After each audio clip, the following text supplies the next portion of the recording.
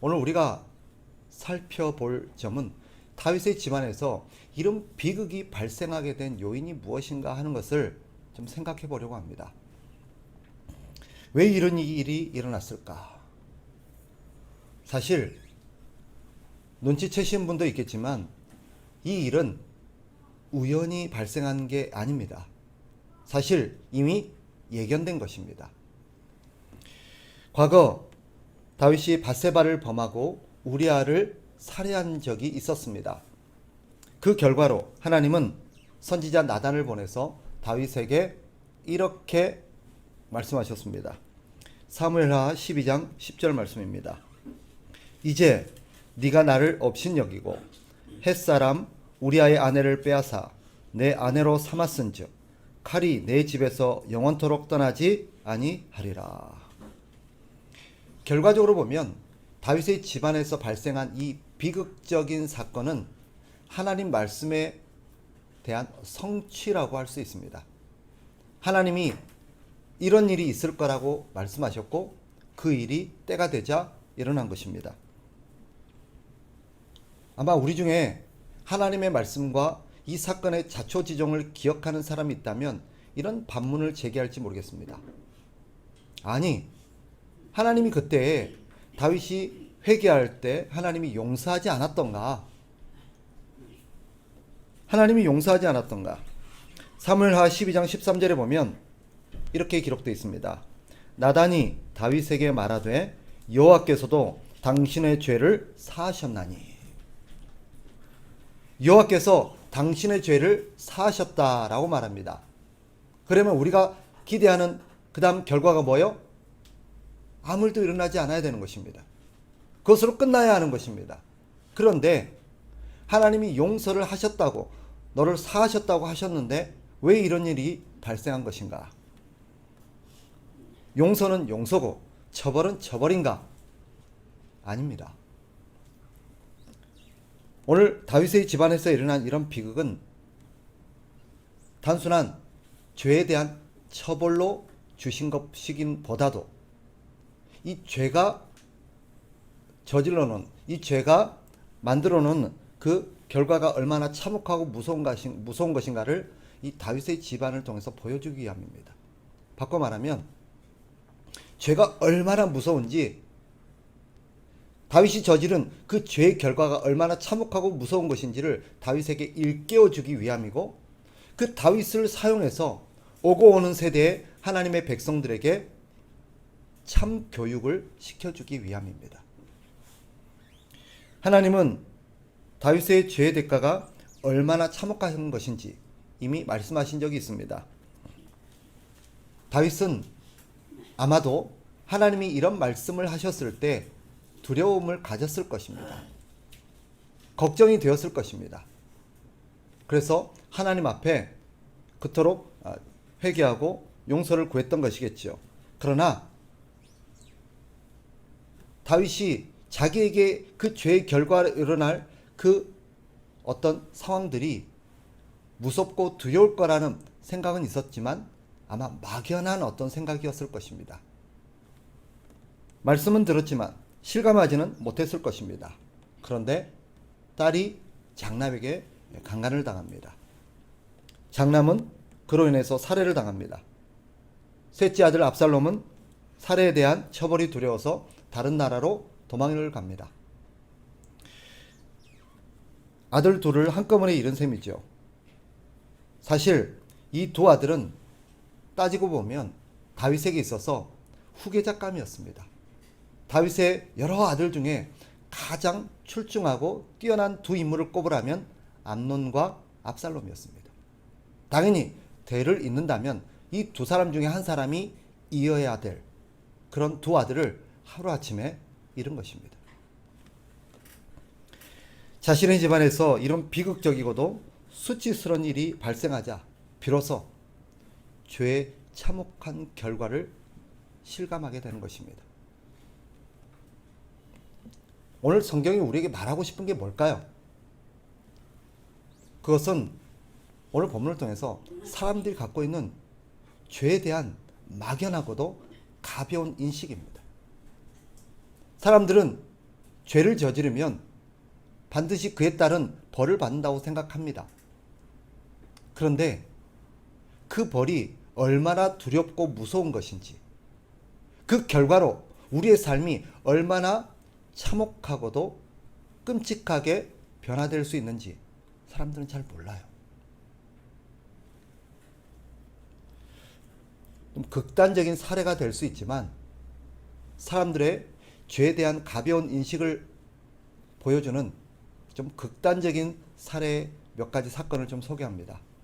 최근에 여러분이 기억할 만한 2023년 가장 최근에 일어난 세 가지 사건만 제가 소개합니다.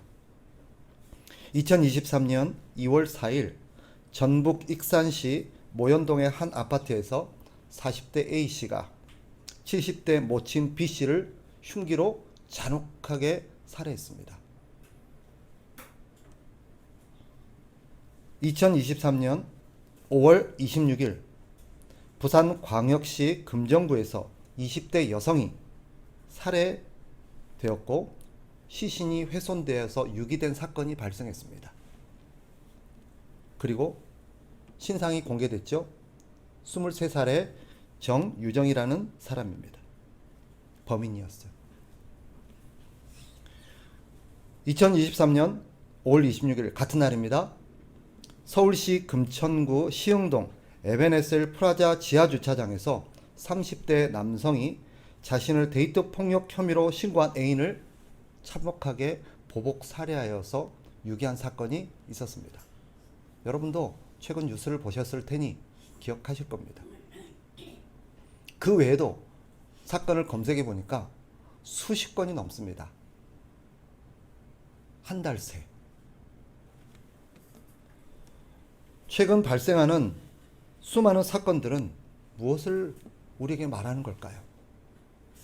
여러 가지 진단과 여러 가지 어떤 얘기를 할 수 있겠지만 오늘 본문과 관련해서 이 사건들을 재조명해 본다면 현대를 살아가는, 물론 현대인에게만 국한된 것은 아니겠지요. 모든 이 땅을 살고 있는 인류 사람들의 죄에 대한 인식이 얼마나 가벼운지를 보여주는 한 단면입니다. 그러니까 죄를 그토록 가볍고 쉽게 여기니 그렇게 쉽게 죄를 저지른 것이겠지요. 어쩌면 죄 인식이 가볍다 못해서 고장이 난 게 아닌가 하는 생각이 들 정도입니다. 그러면 물어봅시다. 우리 그리스도인들은 다를까요? 여기 있는 우리는 좀 다를까요? 다윗을 보세요. 다윗은 그 시대 가장 신실한 신자 중에 한 사람입니다. 그것도 하나님을 경외하는 믿음이 좋은 사람으로서 오고 오는 세대의 본이 될 만한 인물입니다. 수많은 사람들이 다윗을 모델로 삼고 칭찬하고 존경합니다. 그런데도 하나님이 친히 죄의 무서움을 인식시켜줘야 할 만큼 그의 죄에 대한 인식이라는 것이 가벼웠습니다. 그 반증을 보여주는 사건이 있죠. 우리가 읽었던 21절입니다. 21절 다시 한번 보세요. 같이 한번 읽습니다. 시작. 다윗 왕이 이 모든 일을 듣고 심히 노하니라. 어떤 사건을 듣고 얘기하는 거죠? 암논이 다말을 강간했다라는 이 소식을 듣고 다윗이 화를 내는 대목입니다. 사실 다윗이 이 사건이 무엇 때문에 발생하게 되었는지 그 원인을 인식하고 이것이 자신이 저지른 죄에 대한 참혹한 결과로 빚어진 문제였다는 것을 인식했다면 그는 화를 내서 되는 게 아닙니다. 그가 왜 화를 냅니까? 자기가 저지른 죄에 대한 참혹한 결과로 이런 일이 일어나고 있다는 것을 인식하지 못하기 때문입니다. 화를 낼 것이 아니라 사실 그 사건을 딱 접했을 때 그가 마땅히 보였어야 될 반응은 하나님 앞에 용서를 구했어야 되는 것입니다. 그리고 하나님 앞에 자비를 구했어야 되는 것입니다. 하물며 우리겠습니까? 오늘날 우리를 보세요. 우리는 죄에 대해서 갖고 있는 인식이 어떻습니까? 표현이 좀 거칠고 거슬 수 있겠지만 우리는 오늘 살아가면서 죄를 밥 먹듯이 저지릅니다. 그러면서도 자신이 저지른 죄에 대한 그 무서움과 그 참혹한 결과에 대해서 별로 심각하게 생각 안 합니다. 뭐 어때? 그 정도는 어때? 나만 그래? 다들 그러고 사는데.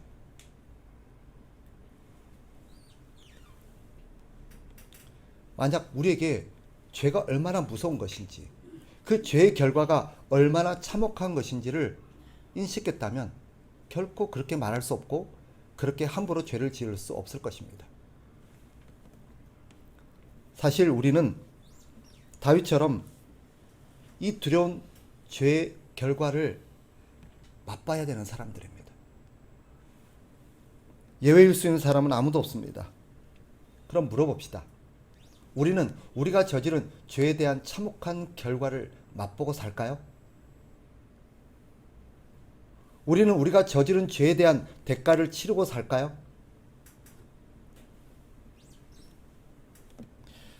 어떤 이가 말합니다.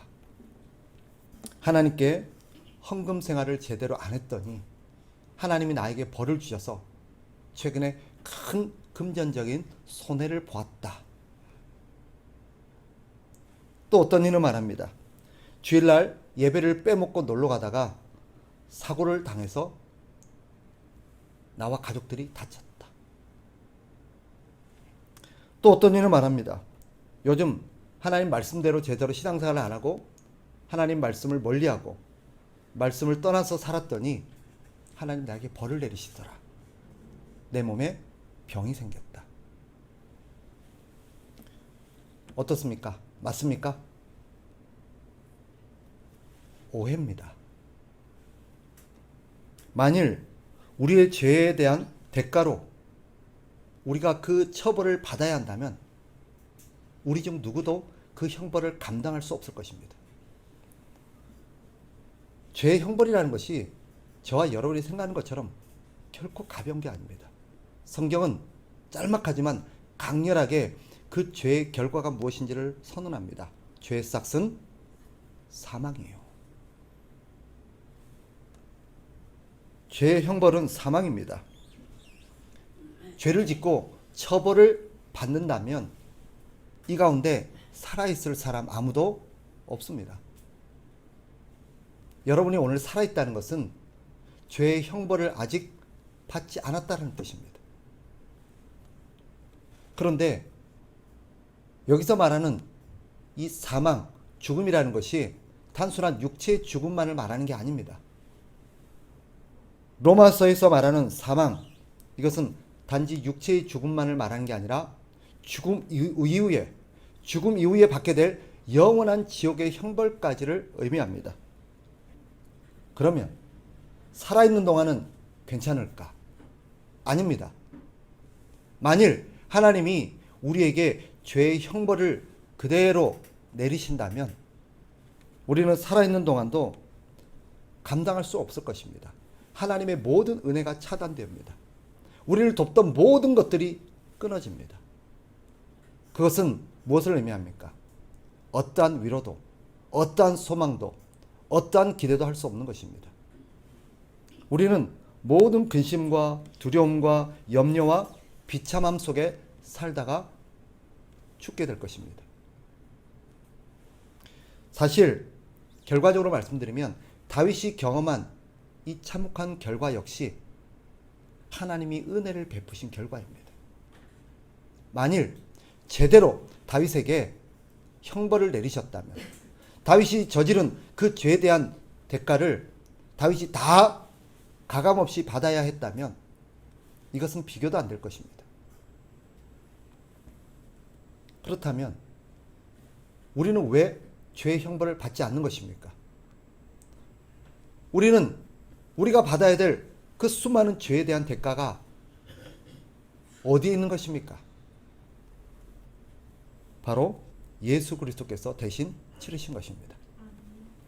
예수 그리스도가 고통을 받고 십자가에 죽으시고 무덤에 장사되시고 지옥의 형벌을 받으신 이 모든 것은 우리가 당했어야 될 형벌입니다. 우리가 받았어야 될 형벌입니다. 예수님이 받으신 그 모든 고난과 모든 형벌은 우리와 무관한 게 아니에요. 남일 구경하듯이 구경하면 안 돼요. 안 됐노라고 혀를 차면 안 돼요. 예수님이 형벌을 받으실 때, 예수님의 십자가를 우리가 묵상할 때 우리는 그 십자가를 통해서 두려워해야 합니다.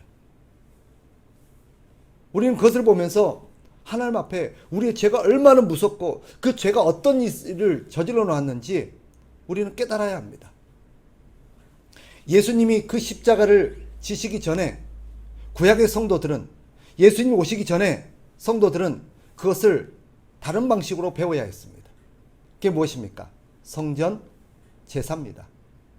하나님은 사람들이 죄를 용서받기 위해서는 반드시 죽어야 된다는 것을 제물을 통해서 가르치셨어요. 죄의 결과가 죽음이라는 것을 가르치기 위해서 제물을 반드시 죽이는 방법으로 하나님께서 죄를 용서받게 하셨고 죄값을 치러야 된다는 걸 가르치셨습니다. 그런데 성전 제사 예법을 보면 양을 데리고 와서 바로 그냥 죽이지 않습니다. 반드시 일정한 과정을 겪게 했습니다. 무엇입니까? 그 양을, 제물을 가져와서 어떻게 합니까? 목을 따서 피를 쏟습니다. 피를 다 쏟아 받습니다. 그리고 뭐랍니까? 껍질을 다 벗깁니다. 그 다음 내장을 다 도려냅니다. 그리고요 사지를 다 각을 뜹니다. 그래서 그 모든 것을 어떻게 합니까? 불에 태워서 하나 바칩니다. 그런데 그 과정, 그 모든 일을 누구 보고 하라고 했을까요? 제사장이 대신해 줬을까요?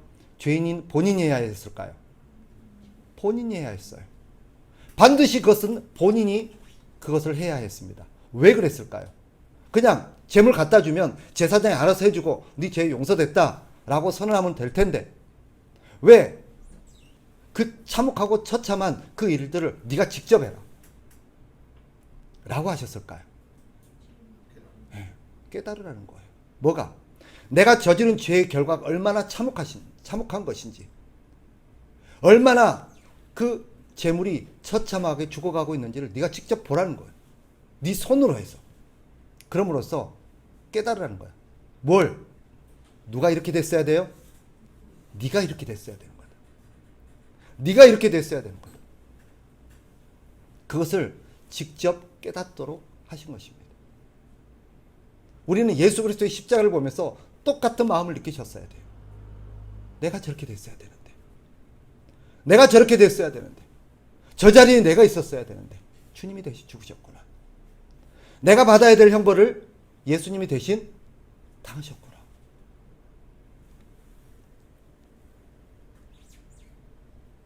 그러면 물을 것입니다. 그러면 우리가 죄를 짓고 받았던 그런 어떤 끔찍한 경험들은 무엇이란 말입니까? 헌금생활 제대로 안 하다가 큰 돈을 손해본 것, 예배 빼먹고 놀러 가다가 사고를 당한 것, 신앙생활 제대로 못하다가 내가 병에 걸린 것, 이런 건 뭐란 말입니까? 그것은 형벌이 아닙니까? 그것은 형벌이 아니라 징계입니다. 징계는 죄값으로 받은 게 아닙니다. 징계는 죄값으로 받는 벌이 아니에요. 죄값으로 받는 벌은 무엇입니까? 형벌입니다. 징계는 무엇입니까? 그죠?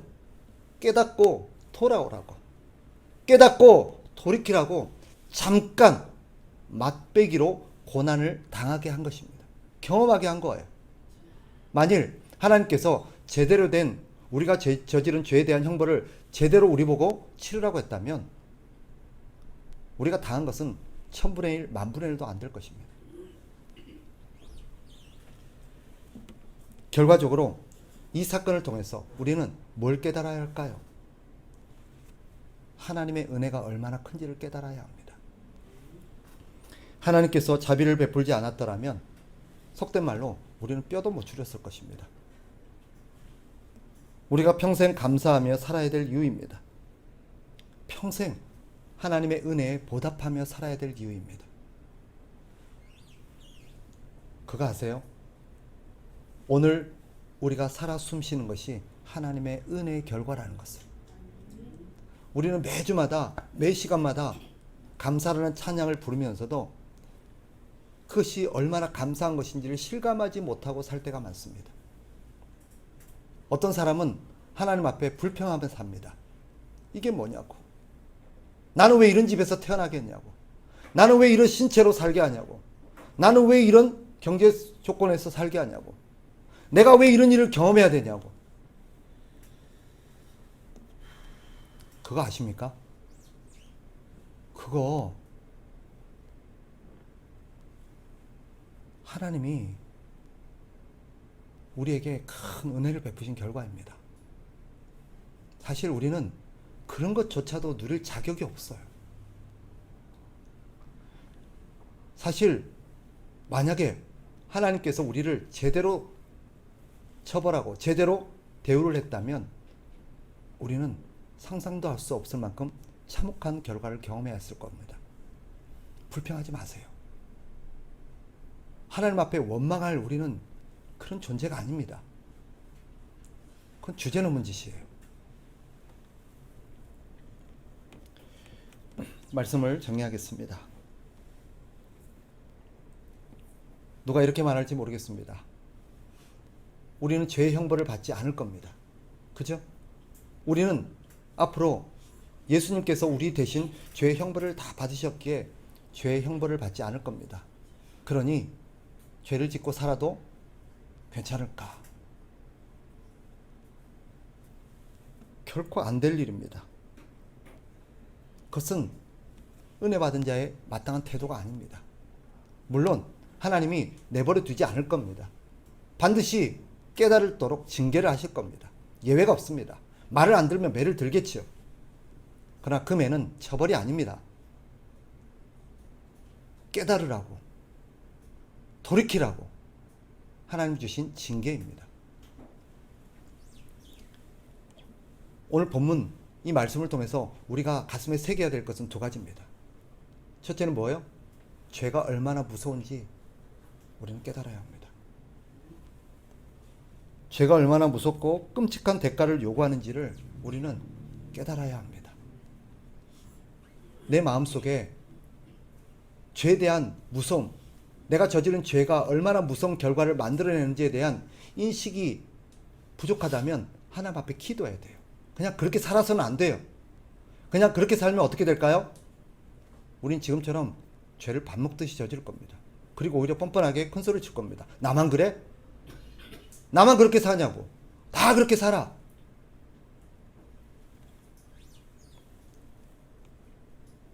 또 한 가지. 오늘 본문을 통해서 우리는 하나님의 은혜가 얼마나 큰지를 깨달아야 합니다.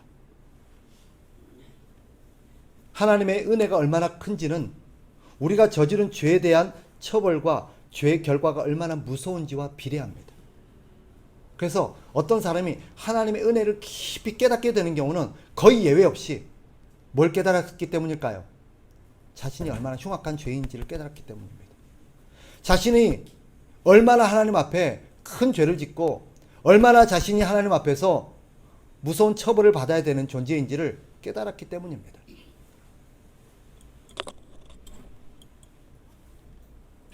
우리가 하나님 앞에 감사하지 못하고 하나님의 은혜가 그닥 그렇게 크게 깨달아지지 않고 크게 느껴지지 않는 이유가 뭘까요? 우리 죄에 대한 가벼운 이해 때문입니다. 물론 다 주님이 고맙지요. 감사하지요. 그렇다고 해서 내 생애를 바칠 만큼은 아닐 거라고 생각할 겁니다.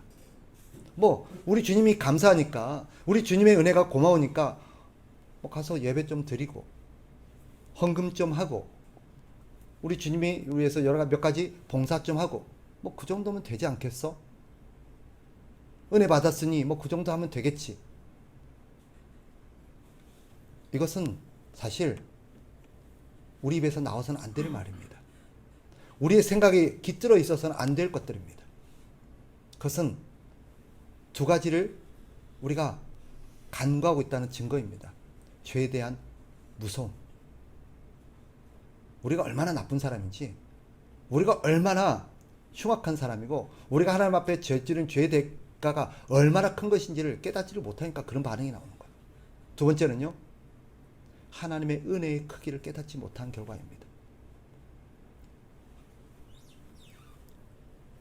우리가 이 시간 해야 될 것은 내 안에 죄에 대한 두렵고도 무거운 인식이 있는가를 살펴야 합니다. 그런 죄에 대해서 무서움을 아는 사람이면, 죄에 대한 참혹한 결과를 아는 사람이면 쉽게 죄를 저지르지 않을 것입니다. 마치 뭐와 같습니까? 병을 알아봐서 병에 걸려서 고생을 하고 이 건강이 얼마나 소중한 건지를 깨달은 사람은 그 다음부터 건강을 잘 돌볼까요? 안 돌볼까요? 결코 예전과 같을 수 없습니다.